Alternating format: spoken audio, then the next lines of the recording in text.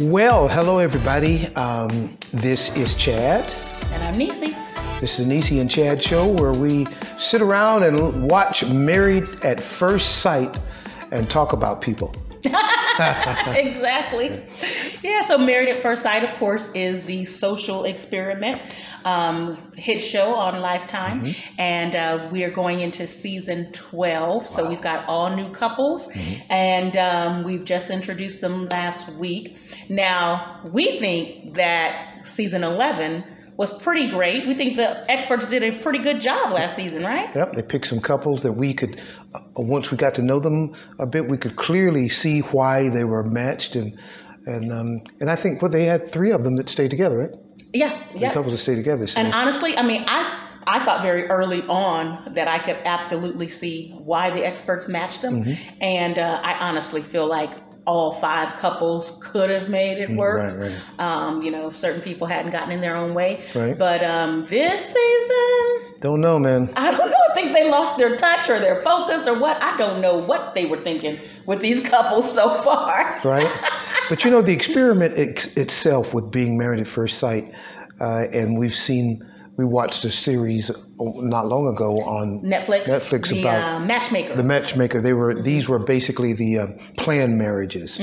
So which is very common in the Indian culture, and we saw a lot of couples, especially the older generation in the Indian culture, who said they were matched with people they didn't know from Adam, and 30, 40 years later, they were still happily married. So it's definitely not a foreign concept. We know it goes back to biblical times. And I don't care what nobody say, if you do Bible things the Bible way, it can work. It can work. You know what I mean? Including being married at first sight. Absolutely. So I think what the planned marriage or arranged marriages prove is that it's really up to the 2 people.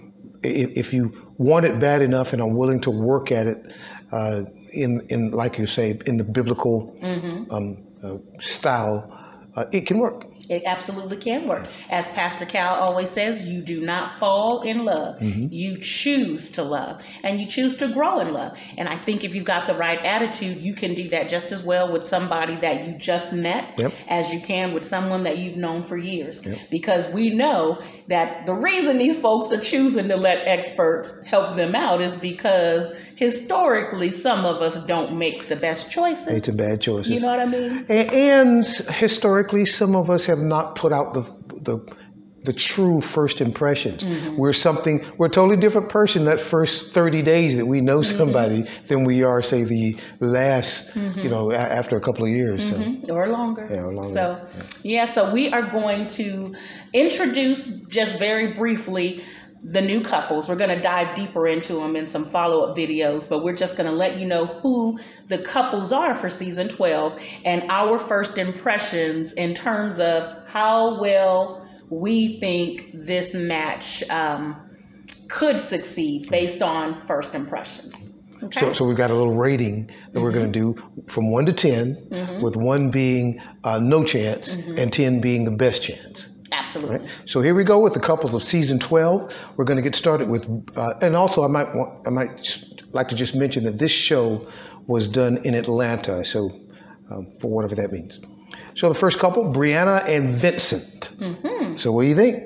You know what? They both seem really sweet. They both seem level-headed and have a level of maturity to them. I feel like they've both done, I don't get the impression from either one of them that they had to do a whole lot of sowing of the wild oats. Right. But if they did, I think they've gotten it out of their system, and that's always necessary if you're ready to settle down and get married. Yes, but if you want it to work. Yeah. And I kind of get the feeling that they are in the right headspace. Yeah, I feel the same way. They're both smart, and I think they'll do well. I'm going to give them a 6. A 6. Okay.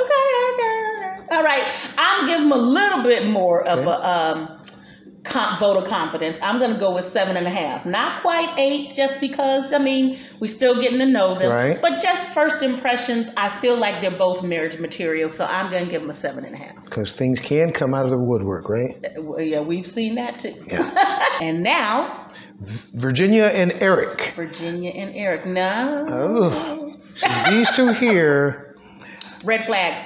they seem to be opposites. They seem to be opposites. And it's not that opposites can't attract. Right. Right? Because, I mean, a lot of times that works, but there has to be some meeting of the minds, and I don't know. I mean, they granted, they have not met each other, but first impression, Virginia right now, I don't think she's ready to get married, period, to anybody. Right. You know, I don't think she has the mindset of a marriage-minded person. Yeah. She wants someone to be single with. Yeah. You know.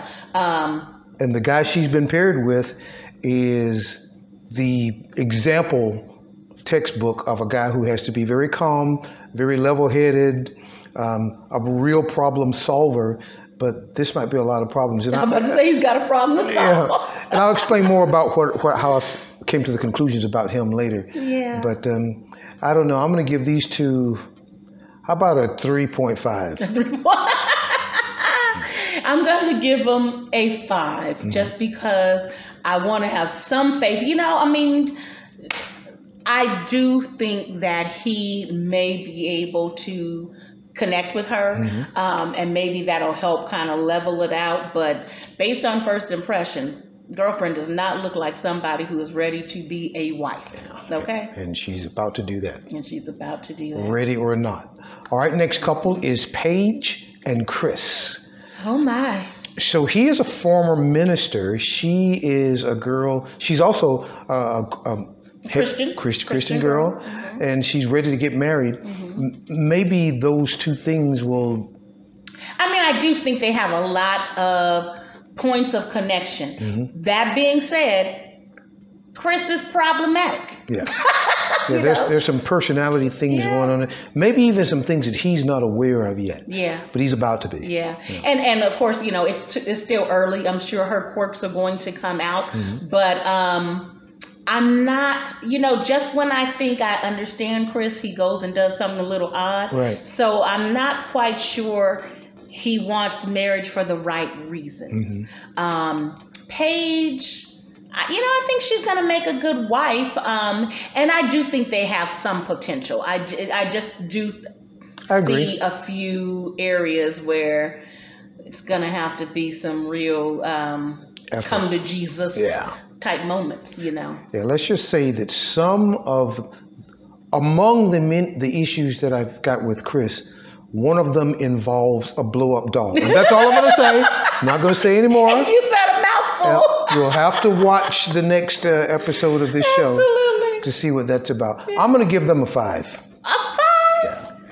I'm going to give them a 7. I do think that he can be a lot, but I don't know that he's more than what she can deal with. Right.